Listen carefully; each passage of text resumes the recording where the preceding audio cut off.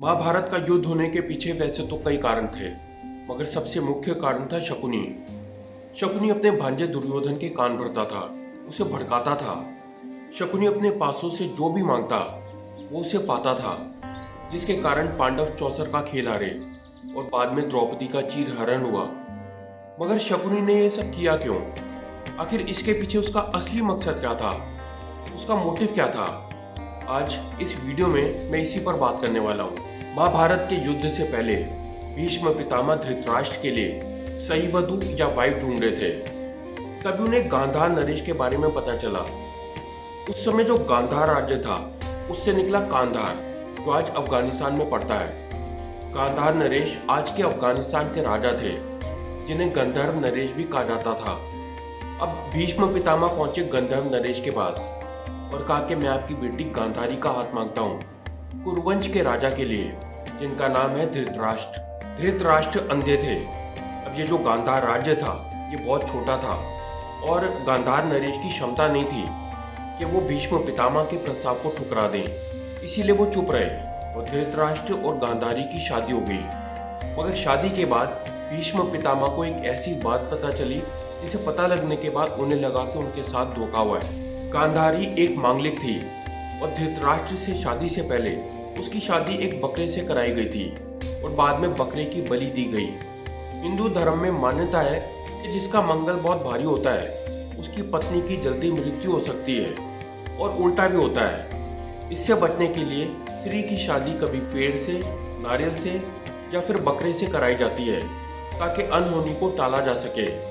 मगर जैसी ये बात भीष्म पितामह को पता चली, उन्हें लगा कि उनसे इतनी बड़ी बात छुपाई गई है। गुस्से में भीष्म पितामह ने गांधार नरेश को एक इनविटेशन भेजा, न्योता भेजा कि आपकी फैमिली में, आपके कुंबे में जितने भी लोग हैं उन सबको लेकर हस्तिनापुर आइए। हम आपका अतिथि सत्कार करना चाहते हैं। अब भला वो मना कैसे कर सकते थे? न्योता लड़के वालों की तरफ से था, ऊपर से भीष्म पितामह ने बुलाया था, जाना तो पड़ेगा। इसीलिए सब आ गए। अब इन सबको भीष्म पितामह ने जेल में डाल दिया। अच्छा, उस समय ये परंपरा थी कि जो भी आमंत्रित करता है वो आपको जो भी भोजन परोसेगा, जितना भी परोसेगा, वही आपको खाना पड़ेगा। आप चूज नहीं कर सकते। उस दिन से भीष्म पितामह ने उनके बीच एक मुट्ठी चावल देना शुरू किया और कहा कि यही खाओ और गुजारा करो। एक मुट्ठी चावल में से सबके पास एक एक दाना ही आता था। एक एक करके सब लोग मरने लगे। इन लोगों में गांधार नरेश भी थे और उनका पुत्र था शकुनी। जब ये सब मर रहे थे तब इन्होंने तय किया कि मरना तो सबको है, लेकिन इस तरह से हम सभी मर जाएंगे। क्यों ना हम अपने युवराज शकुनी को हर रोज एक मुट्ठी चावल खाने दें। सब लोग मान गए। अब शकुनी जेल में बैठकर हर रोज एक मुट्ठी चावल खाता था और अपने सामने अपने रिश्तेदारों को मरते हुए देखता था। फिर एक दिन भीष्म पितामह एक युद्ध लड़ने के लिए चले जाते हैं और ये सब लोग अंदर पड़े रहते हैं। धीरे धीरे सब मरते रहे। आखिर में सिर्फ दो लोग बचे, शकुनी और गांधार नरेश। गांधार नरेश बुजुर्ग भी थे और कमजोर भी। एक कमजोर बूढ़ा राजा अपने बेटे को अपने पास बुलाता है कि इधर आओ, मेरे पास आओ, मैं तुम्हें एक तोहफा देना चाहता हूँ। शकुनी उठे और अपने पिता के पास गए। पिता बैठे हुए थे। जैसे ही शकुनी अपने पिता के सामने खड़े हुए, गांधार नरेश ने अपनी पूरी बची हुई ताकत से शकुनी के घुटने पर लात मारी और शकुनी का घुटना टूट गया। शकुनी दर्द में कराते हुए बोला कि आपने ये क्या किया? मैं तो आपका बेटा हूँ। तब उन्होंने कहा कि तुम इतने अय्याश हो कि यहाँ से जाने के कुछ ही दिनों बाद भूल जाओगे कि तुम्हारे पिता और करीबियों के साथ यहाँ पर क्या हुआ था। इसलिए तुम्हारा घुटना तोड़ दिया है, ताकि हर कदम पर तुम्हें याद रहे क्या जो कुछ हुआ है उसका बदला लेने की जिम्मेदारी तुम्हारी है।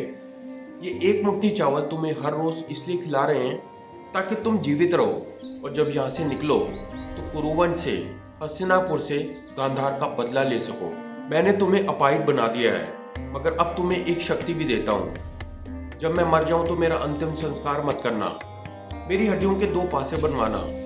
जो भी अंग तुम चाहोगे इन दोनों पासों पर मिलाकर वही अंक आएगा। शकुनी ने ऐसा ही किया। उसके पास दो पासे थे, जिसकी वजह से जुए का खेल खेला गया। इसमें पांडव अपना सब कुछ हार गए, द्रौपदी को भी हार गए। इसमें उन्हीं दो पासों का इस्तेमाल हुआ था।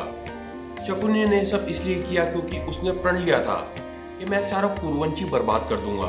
शकुनी को इस बात का गुस्सा और दुख था कि उसकी बहन गांधारी की शादी एक ऐसे राजा से कर दी गई जो अंधा था, और वो भी बिना उसकी इच्छा के। शकुनी अपनी बहन से बहुत प्यार करता था, इसीलिए इतना दुखी था। कहते हैं कि history is written by winners, इसलिए अगर महाभारत में पांडवों की जगह कौरवों की जीत हुई होती तो आज हम लोग शायद कृष्ण की जगह शकुनी की गाथा पढ़ रहे होते। शकुनी महाभारत के आखिरी दिन तक जीवित था। वो इतना चतुर था कि हर बार मुकाबला करने वाले को चकमा देकर निकल जाता था।